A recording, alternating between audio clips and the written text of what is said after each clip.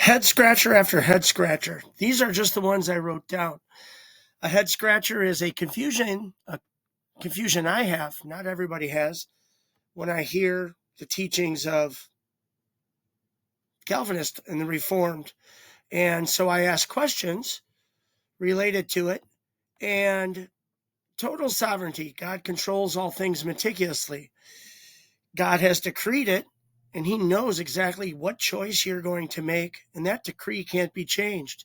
Here's a few proofs. Well, I'll get to the scripture. I'm going as fast as I can so you can see the conundrum in the Bible. But here's some quotes. God's ultimate control, all events, even random ones, serve his purpose. Baruch Spinoza, R.C. Sproul says that. John Piper, has God predetermined every tiny detail in the universe, such as dust particles in the air and all of our besetting sins? The answer is yes. And of course, John Piper would say that's biblical. Below are 6 verses found in 2 Peter, chapter 3. It doesn't matter what chapter. You'll see that in a second. But in every verse, it seems like the way it's worded that we do have a choice, a free choice, and this choice actually matters. It actually lends to the next choice. Now, maybe this Calvinists want to say, well, that's how God decreed it, and you just think that you're making the choice, even though it's already been written down in stone, and it can't happen otherwise.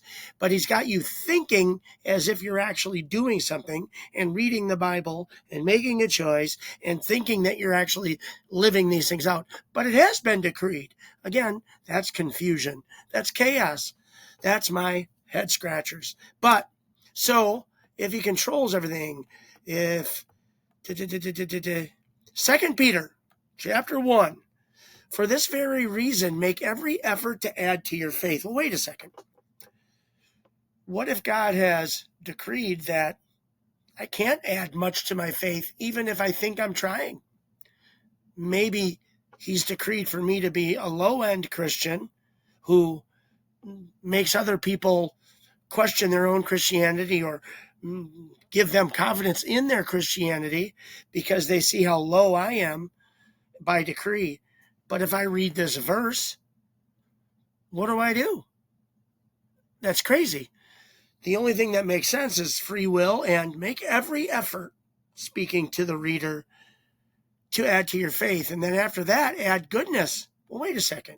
What if God has decreed otherwise? What if that's not the plan?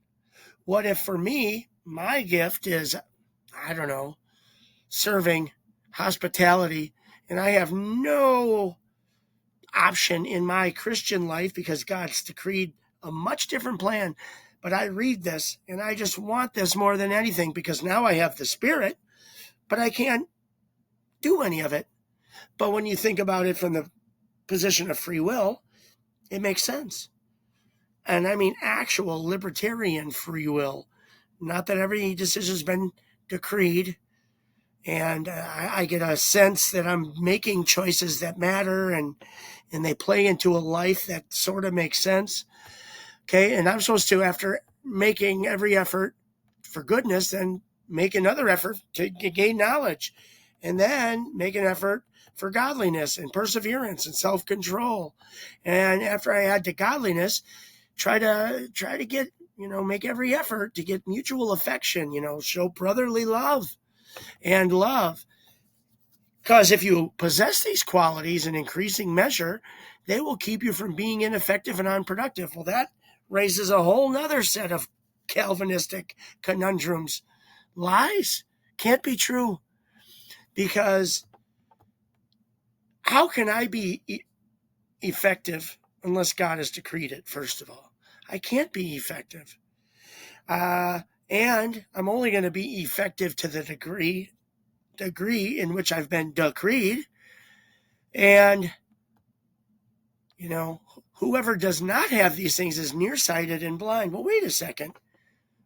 What opportunity do I really have to cultivate any of that, to attain any of that, if predetermination, exhaustive divine determinism is true? This whole set of verses seems incorrect under what Calvinism, Reformed, and Tulip teach. Head scratchers abound. Remember, you see 95 pages. I'm only on page 32 of this one document. I have 5 documents this big pertaining to only Calvinistic questions. And every time I read the Bible, I could write down 7 more and organize them and add scripture to them.